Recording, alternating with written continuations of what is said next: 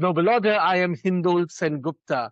With me today is a veteran bureaucrat, but now also historian, Shashi Ranjan Kumar, who's Secretary UPSC, basically the body that governs India's giant civil services examination with a long career in the Indian bureaucracy as an IAS officer, has written what I think of as a rather seminal book, The Decline of Hindu Civilization. Let me hold it up.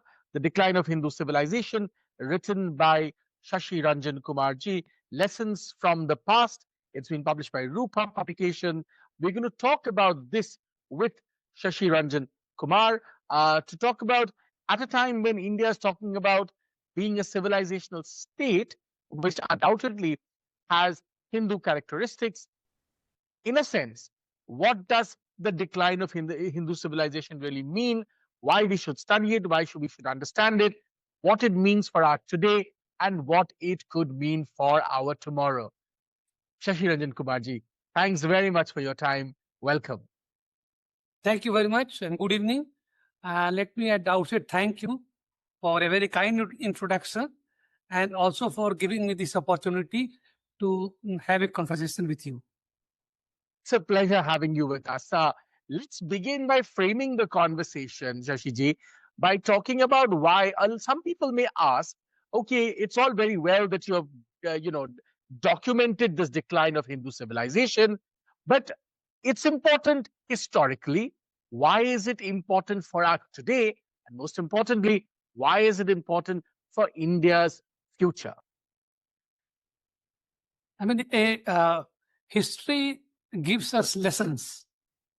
And that is why the subtitle of this book is Lessons from the Past.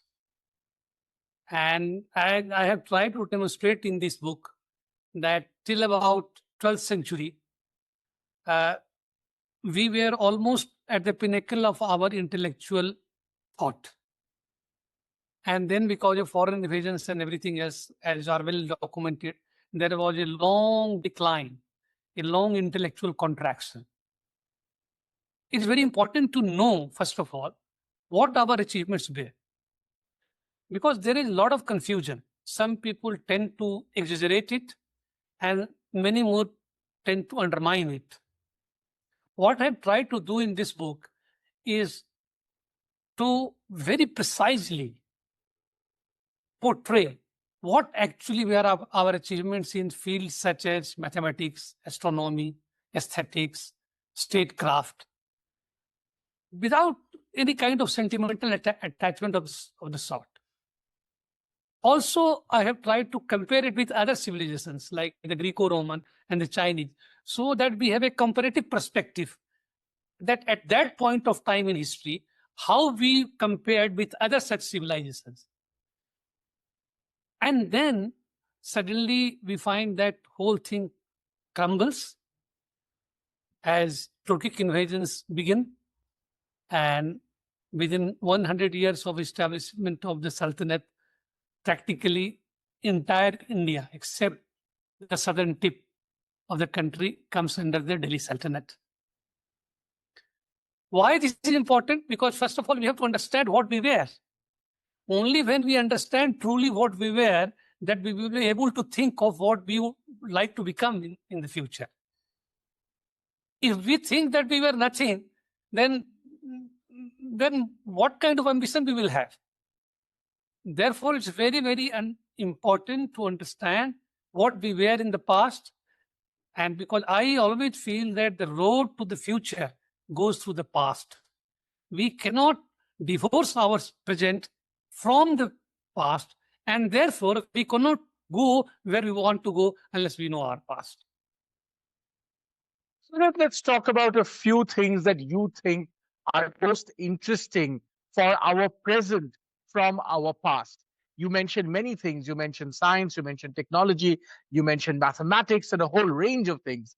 But in the course of this journey, in your mind, 2 or 3 things that are most interesting and important, which not many people know about, but you think is vital for us to know for our today and indeed for our tomorrow. I think the first thing which I would like to tell you is that our achievements in mathematics was truly outstanding.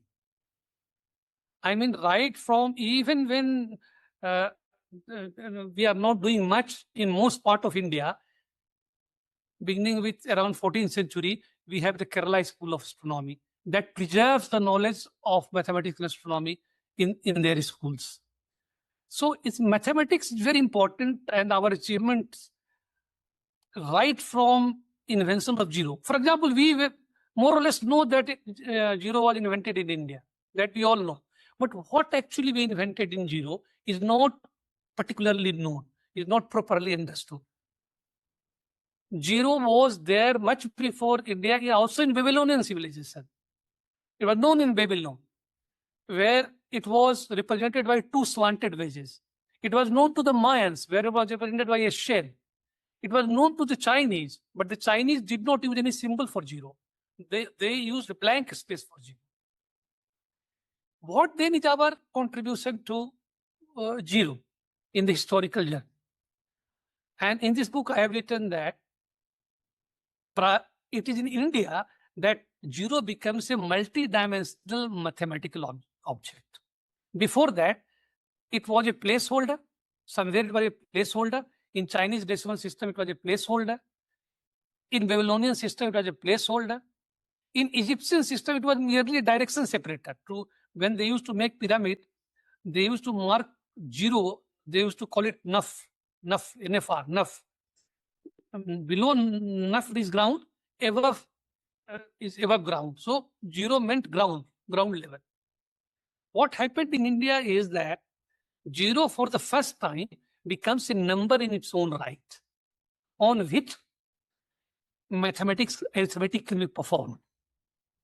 This is very, very important, because then that it truly now is a decimal system. 9 digit from 1 to 9, and 0 is a 10th digit. 0 is a digit in its own right. You can perform calculation on that. And it is Brahmagupta in his Brahmasput Siddhanta, written in 628 CE, that he first time enumerates, this knowledge was known, but he first time enumerates how to do arithmetic with zero. If you add zero to a positive number, what happens? If you add zero to negative number, what happens? If you divide by zero, what happens? You will be very interested to know that on division by zero, Brahmagupta is quite non-committal. Suppose you divide 5 by 0, what will happen? He was non-committal. It is 5 centuries later that Bhaskaracharya finally says, brings the concept of infinity, that if you divide any number by 0, the result will be infinity. Similarly, 0 is still, we know little about 0. Everybody knows that 0 was invented in India. More abstract than that was the concept of negative number. Just think of it. Less than nothing. What does it actually mean? Less than nothing. So that conception of negative number again goes to Brahmagupta in his Brahmasput Siddhanta. And that is why I named the chapter, if you might have noticed, that product of two negative number is a positive number. Now, this is an absolute abstract conceptual leap, that you multiply two negative number, it will become a positive number. And very interestingly, while zero was taken from India by the Arabs to Europe, negative number was not at all grasped by the Arabs in any meaningful sense. So therefore, it did not carry to Europe. So mathematics and astronomy, at least these are two very important fields in which we would like particularly our young people to know what really were our achievements. Wonderful. You also talk about India's engagement with statecraft, something that is particularly important today, especially when, and I think you mentioned in your book that there is this commonplace notion that India was perhaps at a level so spiritually inclined or so metaphysically inclined, so to speak, that it was disinterested in the world. Now, all of us who are interested in Indian history know that this is entirely untrue. Ancient India, of course, had the great Cholas and their maritime adventures, and we could go on and on. There are many, many aspects with many dynasties and so on and so forth. But I think you make a very potent case for India's long-standing, in a sense, contribution to global statecraft thinking. Talk a little bit about that. Yeah, so Arthashastra is a very seminal book And the two other books which are contemporaneous of that, one is the book of Lord Shang, written by Shangya, a Chinese statesman, and other one is the Politics of Aristotle. These three gentlemen are almost contemporaries, and all the three have achieved great things in the sense that both Kautilya and Shangya were able to unite a fragmented polity. In case of Kautilya, he was able to depose the Nandas and bring Mauryas to power, who then took on the Macedonians, the Greeks, Alexander, and were able to repel the Alexander from out of India. I mean, Alexander commanders, governors who were left here.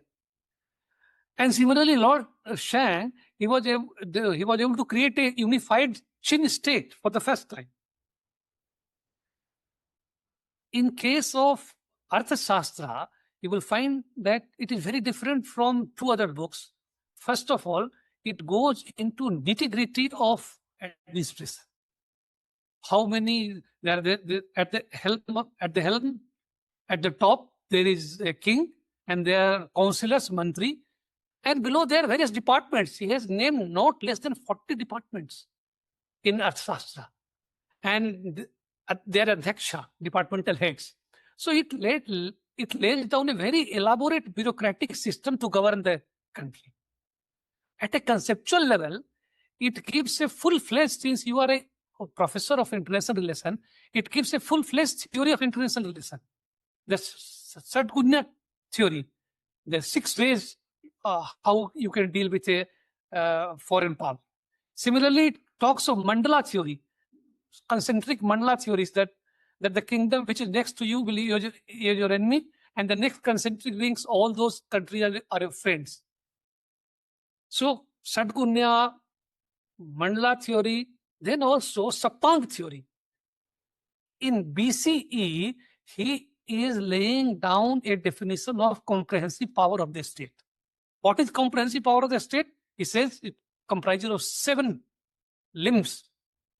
The king, the ministers, the countryside, the treasury, the fort, your allies, all these put together gives the state the comprehensive power. So it's very much a modern concept nowadays. Let us talk a little bit about also something else that you talk about in the book, which is, in a sense, India's history, not just in statecraft, but and politics and science and technology, but also something that I don't think a lot of people talk about, in the science of love, so to speak. And the conversation about Kamasutra always becomes a bit caricaturish. However, you have gone into greater detail, scholarly detail, about what this book is all about and what it means, not just to sort of the idea of love, but to society at large and what it could mean for us today. See, let me posit it like this, that we had, there are 3 Purusharthas: Dharma, Artha, and Kama. So texts were written for all 3. Dharma Sutras and Dharma Shastras for Dharma, Kama Sutras for Kam, and Artha Shastra for Artha. All the 3 are legitimate goals of human life. Only thing is that you need to find a balance between them, between the 3. So to realize that, Vatsyayan wrote Kama Sutra. And generally Kama Sutra, when you talk of Kama Sutra, people immediately think of sexual positions, and that's all. Which is so reductionist. There is so much more in the Kama Sutra. Correct. Kama Sutra gives you 64 arts. A man or a woman should be well versed in 64 arts, including painting, singing, dancing, etc. It defines a life of a ideal young person who would like to go to a party and have fun. It had so much detail about prior to love making, various types of kisses, oh, the conversation with your eyes, and so many other things. The details are just amazing. All of this is particularly pertinent because, India is looked at today as a place where, of course, there is patriarchy, there could be violence against women. But obviously, Indian culture had a lot of depth about even a man woman relationship or a relationship of intimacy, um, and the context in which that intimacy is placed, and the aesthetics of in which this intimacy is placed. All of that, I don't think is properly understood today. Totally. In fact, Vatsyayan says that this text should also be read by women. He goes against the prevailing norms and he quotes certain teachers who had said, no, what will women do with this text? This is Shastra. They will not understand it. Vatsyayan said, no. But they are very important part of this. So why should we not read this book? In addition, go ahead. Yes. Yeah. So, and then how to win a woman, how to retain her love. It gives instruction to both men and women. It's not exclusively for men, as people think. So this goes completely against the notion of patriarchy. As we come towards the end of this conversation, I want to talk to you, Shashiji, about another vital thing that you mentioned in your book. Why nations go to war, right? And we are today in a universe, in a world consumed by conflict of all kinds. The war in Ukraine, of course, in Gaza, all kinds of other conflict, terrorism. Your book talks about how this idea of the right circumstances or the dharmic circumstance in which war is to be conducted is very, very vital to the Indian understanding. Perhaps you could talk a little bit of that. Yeah, but in that, I have a bit of a difference of opinion in the sense that, continuing from my earlier conversation, that I find that Kautilya is the only true person who is a political realist in India. And that tradition, unfortunately, did not continue in my research that I have read. You will find that entire diplomatic and military strategy of Kautilya is centered around deception. The word that he uses in Arthashastra is outwitting.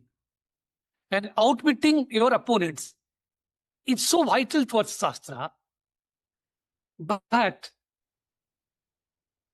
more often than not, if you will see from 12th century onward, you will find that in a battle with foreigners, we were always outwitted by them. In Battle of Tarai, in 1192, Second Battle of Tarai, when did he attack? In the first battle, Muhammad Ghori loses. In the second battle, he attacks the forces of Prithviraj Chauhan in early dawn, when the Indian forces are not, when his forces are not prepared at all. They have gone out to answer the call of nature. Even today, in 1999 in Kargil, we were, kind of outwitted. Only when they came and occupied the heights, we came to know that they have now occupied our territory. Same thing happened in Galwan. And this, I think, I would like to actually highlight for your viewers, is that in 3rd, 4th, 5th century, Kautilya's Arthashastra is quite a hit, particularly in North India. It is being copied. Many scribes are reproducing it. In post-Gupta period, you will find that its popularity wanes very significantly and very rapidly.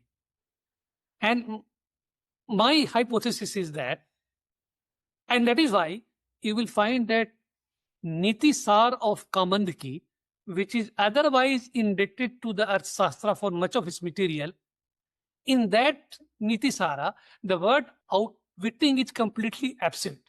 It is not there at all. And gradually that political realism fades away, declines. And Raj kingship is now being framed more in terms of Raj Dharma than in terms of pragmatic Rajniti. And a wholly independent and autonomous science of Artha is now become subordinate to Dharma. I will give you an example of this. And in 14th century, when Pandit Chandeswar is writing Rajniti Ratnakar towards middle of the 14th century, you will be surprised. By that time, the Delhi Sultanate is at peak during the reign of Muhammad bin Tughlaq. And this Pandit Chandeswar is in Mithila. He is writing Rajniti Ratnakar. And he is oblivious of the changes that had taken place in the polity. And I will just like to quote him. रण स्थल में युद्ध करते हुए शत्रुओं को कूट शस्त्रों कर्णिका के आकार सदृश फलक वाले विष से बुझे हुए और अग्निदीप्त बाणों से न मारना चाहिए। स्वयं रथारूढ़ होकर भूमि स्थित शत्रु को न मारना चाहिए। इसी प्रकार जो हाथ जोड़े खड़ा हो, जो बैठा हो, जो मैं कहता हूं मैं आपका हूं, ऐसे शत्रुओं को न मारना चाहिए। जो सोया हुआ हो, जो कवच से रहित हो, जो निशस्त्र हो, जो लड़ना न चाहता हो, उसको नहीं मारना चाहिए। I am giving this is 14th century. In 14th century, prior to that, in 100 years, tumultuous events have taken place in India. The polities have completely passed into the hands of Turks. And here, it is still framing battle in terms of dharma rather than pragmatic Rajniti. In the end, he says, Yodha Dharma Sanatana. This is a Sanatan Dharma of a warrior. So my central point towards the end of the book, you must have seen, I argue that this subordination of Dharma to the subordination of Artha to Dharma and loss of pragmatic Rajniti was in some way responsible for our defeats. And that is why when Turkic invasion of 11th century begins by Mahmud of Ghazni and thereafter Muhammad Ghori, there is no Kautilya-like person who can sense the strategic significance of this event, as he had sensed Kautilya when Alexander had attacked Porus, and he immediately understood the danger of it, went to Patna, had a chance meeting with Chandragupta Maurya, brought him to Tatsila, tutored him, and then overthrew the Nandas, brought him to power, and within 20 to 25 years, the northwestern territories, which were grabbed by the Greeks, were recovered by Kautilya. I think this is a very important point, and this is also a bit of a contrarian point. It's contrarian to what we usually sort of say, right? Why do you think this happened? Because even in the Mahabharata, if you look at the Mahabharata as a strategic text, especially the Kurukshetra war, while Dharma is the overarching framework, there are many decisions there which are purely pragmatic. In fact, one could even argue that all the advice given by Sri Krishna to the Pandavas during the war are actually based on, while they have a dharmic edifice and a framework, much of it is also very pragmatic. I agree with you. So why this happened? Did we lose it? Why did we lose it? Yeah, this is a very important question. Very important question. Very profound question. And if you go with the Vedic literature, dharma is not such a central word.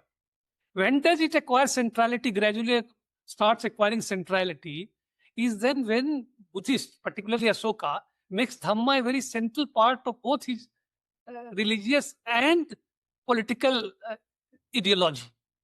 And then Brahmins are reacting to that. The dhamma is being appropriated by Buddhists. So let us bring back Dharma here. It is interesting that Mana, who was a poet in the court of Harsha, condemns the science of Arthashastra in his Kadambari as an immoral science. So that which has to be, when there should have been a balance between Dharma and Artha and Kama, that balance was, and that even more importantly, you will find that if you go into the Samhitas, the statecraft initially will be 5% of that Samhita. By the time you come to Manu, 35% of Manu's Smriti is now devoted to statecraft. So what is happening here? Dharma is being incorporated within the larger, Artha is being incorporated within the larger framework of Dharma. So Artha does not disappear, but it becomes subordinate to Dharma. And that is why in Rajniti Ratnakar, he is saying that ऐसे ऐसे समय में योद्धा को नहीं मारना चाहिए और ये नहीं करना चाहिए, and this is a योद्धा धर्म सनातनो, ये योद्धा का सनातन धर्म है.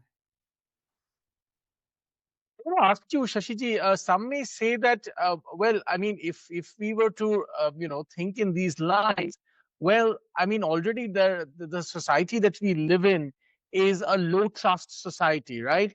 I mean, it is only by pushing towards a deeper dharmic framework will we be able to transition, in a sense, to a high trust society, right? I mean, we talk about Ram Rajya. I mean, at the end of the day, if you think carefully, what is Ram Rajya? It is perhaps one of the most high trust societies. I mean, here is a king who's willing to abandon his kingdom or leave his kingdom and leave his throne for the sake of righteousness, so to speak. So therefore, it is a very high trust society, right? And we ought to try and push our society to becoming more high trust. But if we go too much into the pragmatic, into the Artha frame of mind, then this will never happen. And there seems to be a dichotomy in these two desires of ours. How do you reconcile this for our present and for our future? Yeah, it can be reconciled, but this framework then has to be adopted by everyone. You see, then only it can happen. If only part adopt it, a part do not adopt it, then this is not going to succeed. See, after all, what is the meaning of nuclear deterrence? You see, if there has to be nuclear disarmament, everybody has to disarm nuclear. It cannot be that one person keep it and that person has to disarm. So this moral framework is excellent. But then this must be accepted by all. Only if it is accepted by all, we can have a harmonious society.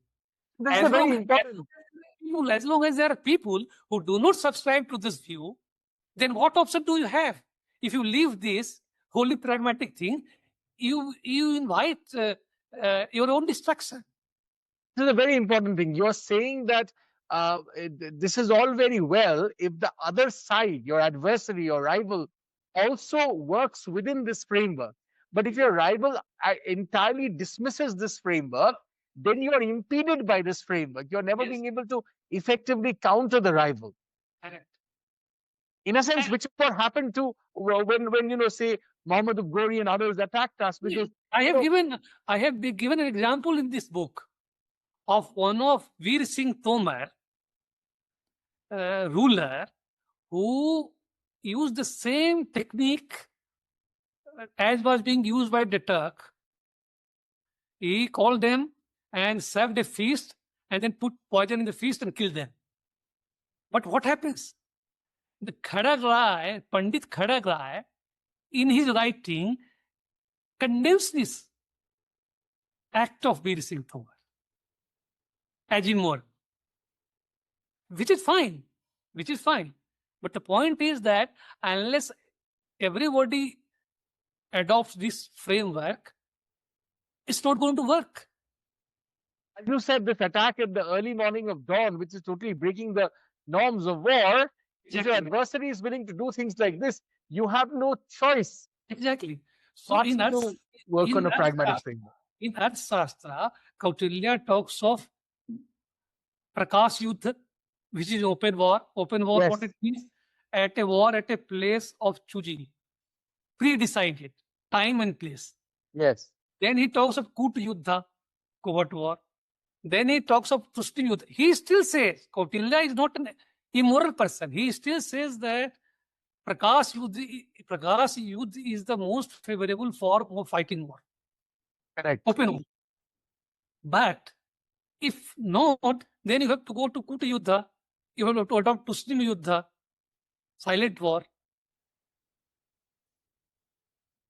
It's particularly important because, in a sense, if you look at our strategic landscape, I mean, look at Pakistan, for instance, right? I mean, Pakistan violates all norms of, legitimate war, in a sense. I mean, it uses terrorism as its main tool. It will do things, so to speak, right? And we might have progressively have other neighbors who are willing to do the same, right? So therefore, obviously, as you're saying, unless everybody works within this framework, it's impossible. Then we are just inviting our own defeat. See, it's simple. Two sets of people are there. One set of people are on planet X, one set of people are planet Y. They have different sets of values. So long as they are on different planets, fine. If by accident they happen to be the same planet, then one of them has to move towards other. Correct. Otherwise, how do you find harmony? You will not be able to find harmony and synthesis. Absolutely. Absolutely. Now, as a final question, I want to ask you, Shashi Ranjan Kumarji, when you wrote this book, what was the key learning from this research that you felt most relevant for your life as a senior bureaucrat in the government? As bureaucrat, I don't know whether I can apply this knowledge, but surely I think that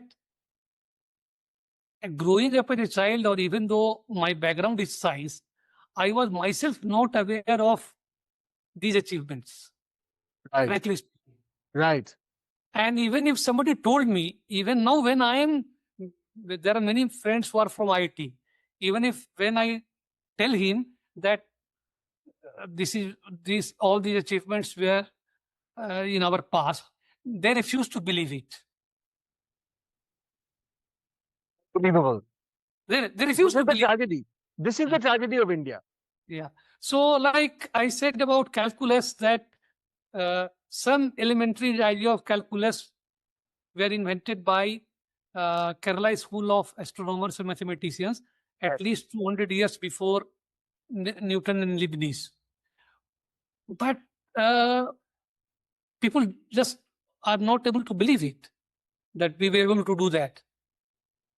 In fact, yesterday I was able to figure it out that in a Parsavnath temple of Khajuraho, there is an inscription, a stone inscription of 11th century. It's a 4x4 square, magic square, in which all the rows and all the columns and diagonals add up to number 34. And not only that, more interestingly, any 4 consecutive squares also add up to 34. Now, this magic square of 4x4 square was unknown anywhere in the world at that point of time. Yeah, magic square of 3 were known to other civilizations also. But magic square of 4, with this complexity, that not only rows and columns and diagonals adds up to 34, but also any 4 squares add up to 34. So the most important learning was that I was able to connect with my past. From after doing all this research. And then I was also this bothered me a lot, that how can such a huge country remain under foreign rule for such long a period? It's not easy to digest. And so I went on this journey, and I kind of selected 5 battles which we lost and try to analyze and kind of give a meta narrative, take a meta narrative out of that. So I think these tools are great learnings from my research, and I would like particularly our young friends to, it's not a question of jingoism that we did this or we did not do this. The question is that we should know who were those people, what were the historical circumstances. In fact, Panini and Euclid, I compare them in my book. I give a little space to them. Somewhat, it's so complicated that it is not possible for me to go into great detail. But both these gentlemen, Euclid in case of Western thought and Panini in case of Indian thought, they are such formative figures, and their effects are felt through all subjects.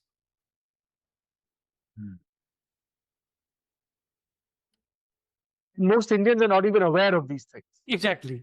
So कई बार लोगों ने मुझे कहा कि नहीं India में जो science था ना वो तो सब थियोरेटिकल था. अब ये जब मैं पढ़ने लगा तो पता लगा कि ठीक बिल्कुल इसका उल्टा है. यूक्लिड का जो एक्सियोमेटिक सिस्टम है that is more logical, rational. What do I mean by rational? It means that he begins with certain postulates. Between any 2 points, you can draw a line. Between 1 point and a line, only one parallel line can be drawn. And from this deductively, it's a deductive science. Geometry of Euclid is a purely deductive science. You don't have to depend on any observation. Once you have proved that 3 angles of a triangle add up to 180 degrees, that's it. There is no need for any observation. In contrast to Euclidean deductive geometry, Panini grammar is algorithmic and empirical. So you are a lot more observing things, and you are trying to see whether what the algorithm that you have framed is giving you those results or not. If these results are at variance with observation, then you are again going back and trying to change your algorithm. So one is focused on empirical, other one is focused on rational deductive science. This I did not know.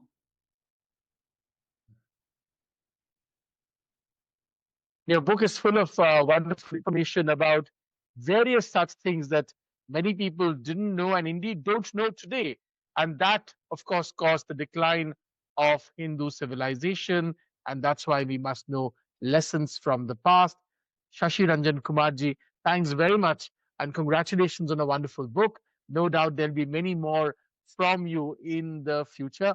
Thanks very much for spending time with me talking about your book. And once again, congratulations on a wonderful book, The Decline of the Hindu Civilization, Lessons from the Past. Thank you. Thank you. Thank you so much for giving this opportunity to have such a good conversation with you.